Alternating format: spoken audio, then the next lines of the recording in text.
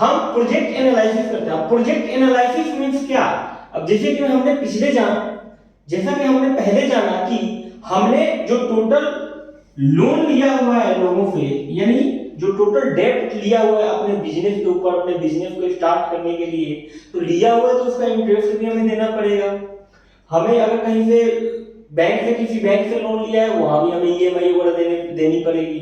तो हम क्या करेंगे, अब प्रोजेक्ट एनालिसिस करेंगे, और या इसको प्रोजेक्ट बजट एनालिसिस भी हम इसको बोल सकते हैं। तो हम प्रोजेक्ट एनालिसिस करेंगे तो ये करेंगे कि मान लो कि हमारा जो एवरेज सेल होगा, यानी एवरेज हमारा जो सेल्स होगा वो कितने का होगा।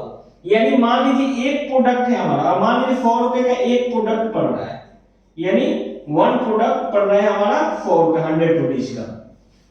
अब इसमें टोटल जो हमारा खर्चा आया है इस प्रोडक्ट को बनाने में, वो आया हमारा मान लीजिए 60 रुपए का आया है। यानी 60 रुपए का हमारा जो है टोटल कॉस्ट आया इस प्रोडक्ट को बनाने में। या हम जो सर्विस का काम कर रहे हैं उस सर्विस में हमारा जो टोटल टाइम कंज्यूम होगा, या उसमें जो हमारा टोटल एक्सपेंस वगैरह आएगा वो आएगा 60 रुपए। अब हमारे पास जो बचता है वो बचता है कितना, 40 रुपए। 40 रुपए बचता है, तो हमारा अभी ये 40 रुपए जो है ये नेट प्रॉफिट नहीं है। अब हमारा इसमें क्या होगा, इसमें सेल्स एंड मार्केटिंग भी निकलेगा, यानी सेल्स और मार्केटिंग का जो एक्सपेंस है वो भी हम निकालेंगे, एवरेज परसेंटेज जोड़ेंगे। उसके बाद हम इसमें टैक्स वगैरह जो हमारा जीएसटी टैक्स वगैरह जाएगा उसका भी हम टैक्स भी कैलकुलेट करेंगे, वो भी हम निकालेंगे। कंपनी वगैरह का जो टैक्स वगैरह जाएगा वो भी हम सारा वो करेंगे। ट्रांसपोर्टेशन वगैरह का जो खर्चा होगा वो भी हम इसको जोड़ेंगे। जो हमारा टेक्नोलॉजी पे जो खर्च हो रहा है, एम्प्लॉय की सैलरी वगैरह पे खर्च हो रहा है, जो ऑफिस वगैरह पे खर्च हो रहा है उस पे उसका भी हम कैलकुलेशन निकालेंगे। और ये सारा निकालने के बाद हम उसमें से देखेंगे अब हमारा प्रॉफिट जो है वो कितना बच रहा है। उसके बाद हमने जो लोन लिया हुआ है उस पे जो इंटरेस्ट वगैरह जो जा रहा है हमारा, वो भी हमने देखना है कि हमारा वो भी कितना जा रहा है। और ये सारा कैलकुलेशन करने के बाद, यानी प्रोजेक्ट बजट एनालिसिस करने के बाद हम ओवरऑल देखेंगे कि हमारे पास जो बच रहा है प्रॉफिट वो कितना बच रहा है प्रॉफिट या नहीं बच रहा है। तो ये हम प्रोजेक्ट एनालिसिस इसको बोलते हैं। ये करना बेहद जरूरी है कि हम अदर सोर्स से जो फंड ले रहे हैं या हमारा कॉस्टिंग कितनी आ रही है, हमारा एक्सपेंस कितना होगा, हमारे पास नेट प्रॉफिट जो है, यानी नेट प्रॉफिट हमारे पास जो होगा वो कितना बचेगा हमारे पास। तो इसको हम बोलते हैं प्रोजेक्ट एनालिसिस या प्रोजेक्ट बजट एनालिसिस। तो ये करना हमारे लिए बेहद जरूरी है। अगर ये हम एक फाइनेंस मैनेजर की जो रिस्पांसिबिलिटी होती है ये होती है कि वो सारा कुछ अरेंजमेंट करने के बाद पूरा का पूरा जो है बजट एनालाइज जरूर करे अपने कंपनी का, कि हमारे पास पैसा बचेगा भी या नहीं बचेगा, या जितना आएगा वो सारा कुछ ऐसे ही चला जाएगा, हमारे पास 1 रुपए भी नहीं बचेगा। और एक चीज का हमेशा ध्यान रखना कि अभी हम जो फाइनेंशियल मैनेजमेंट के बारे में जो सीख रहे हैं, जान रहे हैं, अगर आपका नया बिजनेस है या आप बिजनेस स्टार्ट करने वाले हैं तो आप अपने बिजनेस का फाइनेंस मैनेजर खुद ही होते हैं। खुद ही डिसीजन लेते हैं कि कहां पे फाइनेंसिंग की व्यवस्था करनी है हमें, या कहां इन्वेस्टमेंट हमें करना है, सब कुछ आप ही सर्वे सर्वा होते हैं। तो ये चीजें आपके लिए जानना बेहद जरूरी है। और मान लीजिए कोई फाइनेंस मैनेजर को भी अगर आप हायर कर रहे हैं तो भी आपको उससे पहले सारा कैलकुलेशन देखना पड़ेगा। अब मान लीजिए आपने सारा कुछ कर लिया, आपने फंड का अरेंजमेंट आपने कर लिया, प्रोजेक्ट बजट एनालिसिस आपने कर लिया, कॉस्ट कंट्रोल आपने देख लिया, सारा कुछ कर लिया, फाइनेंशियल प्लानिंग वगैरह सब कुछ आपका ओके है। अभी सारा कुछ ओके, आपका बिजनेस स्टार्ट भी हो गया, अब स्टार्ट हो गया बिजनेस आपकी जो है वो रनिंग में है।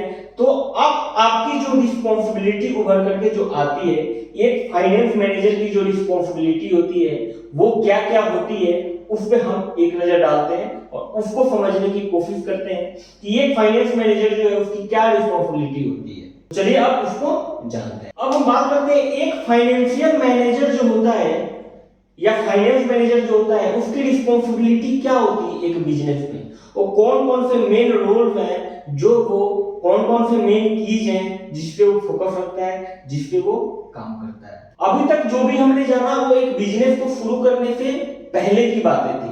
अब हम बात करते हैं एक बिजनेस स्टार्ट होने के बाद की बातें हैं ये, वो एक पहले की बातें थी, अब एक बिजनेस रनिंग में है उसके बाद की बातें हैं।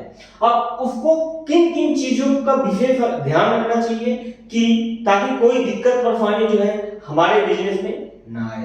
तो अब समझते हैं नंबर 1 फोरकास्टिंग।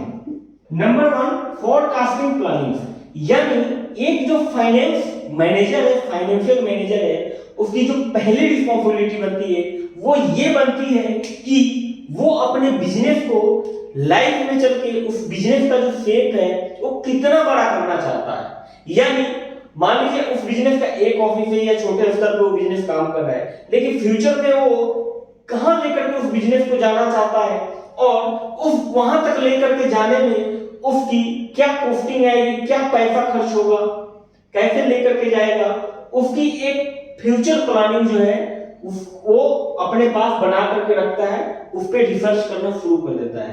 यानी एक फाइनेंशियल मैनेजर की देखिए उससे पहले का एक जो कंपनी का जो ऑनर है उससे पहले सारा काम करने के बाद वो सारा कुछ बिजनेस को रनिंग में ला दिया है। लेकिन होता है ना सर कि बिजनेस की एक फ्यूचर प्लानिंग होती है कि हम फ्यूचर विजन अपने लेकर के चलते हैं कि इन फ्यूचर हम अपने कंपनी के एडीए को, हम अपने कंपनी को कितना बड़ा करना चाहते हैं। तो उसके लिए एक जो है फोरकास्टिंग प्लानिंग जो है वो बेहद जरूरी है, बिल्कुल होनी चाहिए आपके बिजनेस में, चाहे आपका बिजनेस छोटा है या आप बिजनेस स्टार्ट करने के बारे में सोच रहे हैं। मैंने पिछले वीडियो में भी बिजनेस प्लानिंग में भी ये बताया था कि फ्यूचर प्लानिंग मोस्ट इंपॉर्टेंट है। तो फाइनेंशियल जो मैनेजर होता है उसकी एक रिस्पांसिबिलिटी ये बनती है कि फोरकास्टिंग प्लानिंग को जरूर करके रखे कि वो अपने बिजनेस का शेप कितना बड़ा करना चाहता है, कैसे अपने बिजनेस को ऊंचाइयों पर लेकर के जाता है, क्या क्या क्या कठिनाई आएगी, क्या क्या इन्वेस्टमेंट आएगा, उस इन्वेस्टमेंट का अरेंजमेंट कैसे करना है। तो इन सारी चीजों का विशेष को ध्यान रखता है। Number 2 investment and financing decision. अब इन्वेस्टमेंट एंड फाइनेंसिंग डिसीजन क्या है? देखिए पहला तो होता है कि बहुत सारी कंपनियां होती है जो आपके कंपनी में निवेश करेगी, और दूसरी बात ये होती है कि आप किसी कंपनी में निवेश करेंगे। तो ये दोनों चीजें का डिसीजन जो है वो एक फाइनेंस मैनेजर की, फाइनेंशियल मैनेजर की रिस्पांसिबिलिटी होती है कि वो इन चीजों में डिसीजन जो भी ले वो सोच समझ करके ले। तो सबसे पहले हम समझ लेते हैं रिसीविंग ऑफ फंड। अब रिसीविंग ऑफ फंड का मतलब ये है कि पहला डिसीजन तो ये है कि हम अभी जो हमारे बिजनेस में जो पैसों की रिक्वायरमेंट हो रही है या इन फ्यूचर पैसों की जो जरूरत पड़ेगी वो कहां कहां पे पड़ेगी उसके बारे में बातचीत। तो ये रिसीविंग ऑफ फंड्स का मतलब ये होता है कि या तो कंपनी का जो भी प्रॉफिट बच रहा है उसमें से री-इन्वेस्टमेंट करना, पहली बात। दूसरी चीज ये है कि जिससे लोन हमने लिया था उससे फिर लोन ले लेना। तो ये हो गया रिसीविंग ऑफ फंड, या किसी दूसरे कंपनी से को अपने बिजनेस में एज ए इक्विटी होल्डर बना लेना, तो उसको हम बोलते हैं रिसीविंग ऑफ फंड, यानी दूसरे कंपनी से बिजनेस में से पैसा लेकर के अपने बिजनेस में निवेश करना। या हम किसी प्रोजेक्ट में या हम किसी कंपनी के एसेट्स में पैसा जो है वो इन्वेस्ट कर रहे हैं, वो लगा रहे हैं, तो वो एसेट्स जो हम खरीद रहे हैं वो किस टाइप के एसेट्स हैं। तो इस टाइप का जो भी डिसीजन होता है वो डिसीजन जो उसको हम बोलते हैं रिसीविंग ऑफ फंड में आता है, और वो इन्वेस्टमेंट एंड फाइनेंसिंग डिसीजन में आता है। नंबर 2 में जो आता है वो आता है आपका फाइनेंसिंग डिसीजन।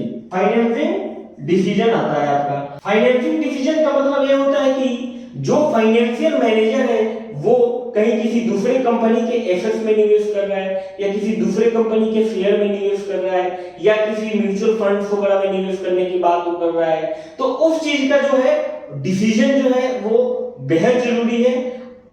जितना आगे सोचना है उतना ही पीछे भी सोचना है, यानी जो भी फाइनेंशियल डिसीजन लिया जाए वो सूझबूझ के साथ डिसीजन होना चाहिए। तो हमें इन्वेस्टमेंट एंड फाइनेंसिंग डिसीजन जो है ये उम्मीद करता हूं समझ में आ गया होगा। अब बढ़ते हैं अपने नेक्स्ट पॉइंट की तरफ।